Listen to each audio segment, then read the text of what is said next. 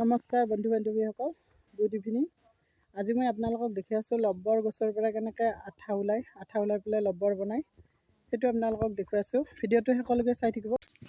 মই এয়া বঙাইগাঁৱত আহিছোঁ, বঙাইগাঁও বাৰী পুখুৰী। ইয়াতে লব্বৰ গছৰ খেতি কৰা হৈছে, খেতি কৰিছে। আপোনালোকক দেখুৱাইছোঁ যিমানটো পাৰোঁ। প্ৰত্যেকটো গছতে এনেকৈ বান্ধি দিয়া হৈছে। এইটো ইয়াতে চাওক, এইটো চাব, এনেকৈ কাটি দিয়া হৈছে।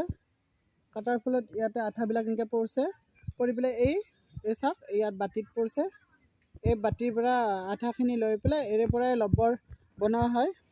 সেই লব্বৰৰ পৰাই টিপ টায়াৰ সেইবিলাক বনোৱা হয়। আপোনালোকক ভিডিঅ'টো শেষলৈকে চাব। প্ৰত্যেকটো গছতে এনেকৈ বান্ধি দিয়া হৈছে, এনেকৈ বাতি সেনেকৈ বান্ধি থোৱা হৈছে। ইয়াত আঠাবিলাক এনেকৈ পৰিছে। এই আঠাবিলাকৰ সহায়তে লব্বৰ বনোৱা হয়।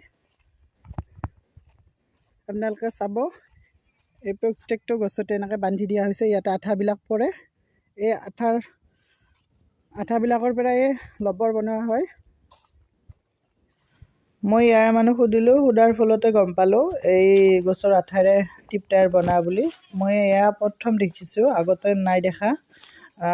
মই ক'তো দেখা নাছিলোঁ, এনেই শুনি আছিলোঁ লব্বৰ গছৰ পৰা মানে কি আঠা ওলায়, সেই আঠাৰে লব্বৰ মানে বনায় বুলি। এয়া ফাৰ্ষ্ট টাইম দেখিছোঁ লব্বৰ গছ। যদি ভিডিঅ'টো কোনোবা ভাল লাগিছে লাইক এটা কৰিব, লগতে ফ'ল' কৰিব একদম নাপাহৰিব।